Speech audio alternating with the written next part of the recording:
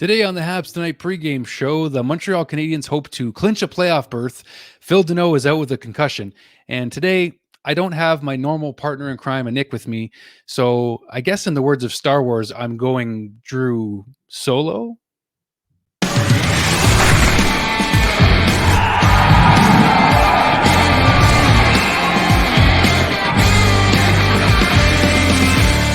Man, that joke was terrible. All right.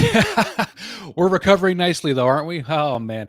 Welcome to the Habs Tonight pregame show, folks. Drew Dekes here, getting you guys set up quickly, very quickly and shortly before the puck drop. It's only about just over an hour away, so we wanted to get this out to you guys just to briefly discuss the situation that the Montreal Canadiens are in. As we know, Philip Danault is out now with a concussion unrelated to an upper body injury, which he had suffered before the Leafs game the other night when he was taken out of the game. According to John Liu, Habs Danault suffered a concussion Thursday versus Toronto, unrelated to other injuries he was playing through. So just so we have an update on that. And let's just jump right into this here, guys. We're going to take a look at the possible clinching scenarios tonight for the Canadiens. I'll get you an even closer look here.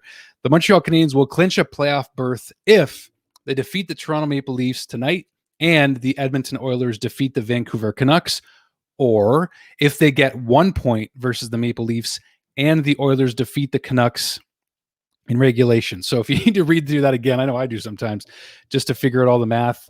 My gosh, math is my least favorite subject. Let me just throw that out there. But that's the clinching scenarios tonight for the Montreal Canadiens, guys. So again, if they beat the Leafs tonight and then the Oilers beat the Canucks, that's a 10 o'clock start, by the way. So for those of you that want to stay up in case the Habs win, and then you want to see if Edmonton beats Vancouver, by all means, some of us are going to stay up and keep you in touch with that anyway. But and there you have it. So if they get 1 point, if they get the loser point in overtime, as long as the Oilers beat the Canucks in regulation, the Habs still have a chance to clinch tonight. So that would be nice to see. Speaking of which, also let's take a look at the Montreal Canadiens lineup as things. As things really shape up. There's a couple of changes to the lineup, nothing crazy, but we'll get you guys that rocking here as well, just so we can take a quick peek. I know that Cole Caulfield's going to have some big line mates with him, two veterans. He's going to have Eric Staal and Corey Perry tonight, but let's pull that up here for you guys so we can take a closer look.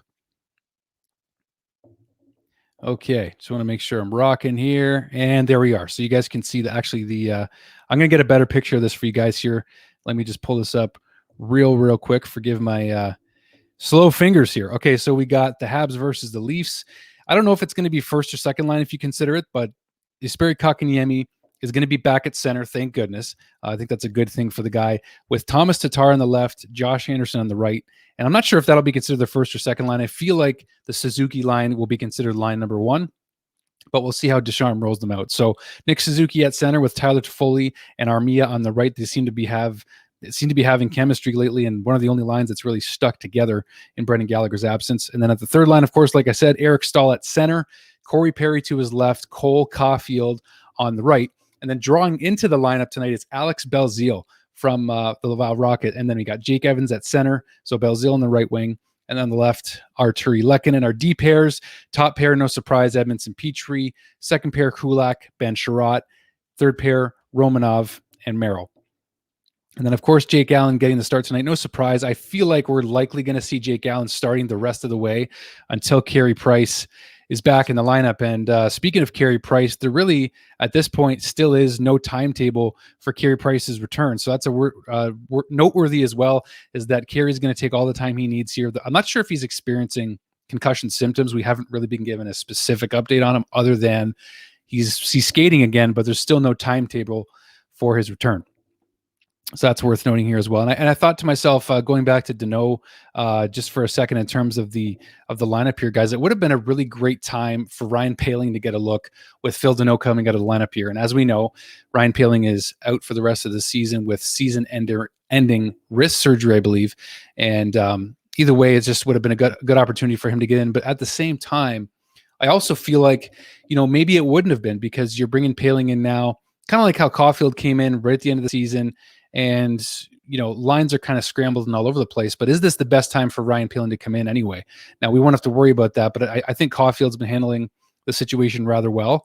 We got to get KK back up on the board to get his confidence back up. And I'm glad to see he's back at center. So that's a great sign a great sign there too. I think he might have been playing center a bit against Toronto the other night too. But anyway, the point being, we need to get these guys, back and confident before we get to the playoffs here, because it looks like Shea Weber, Brendan Gallagher have been skating recently as well. And it was actually interesting that I don't have the clip here to show you, but Weber was skating with a left-handed stick at practice recently, just a few days ago.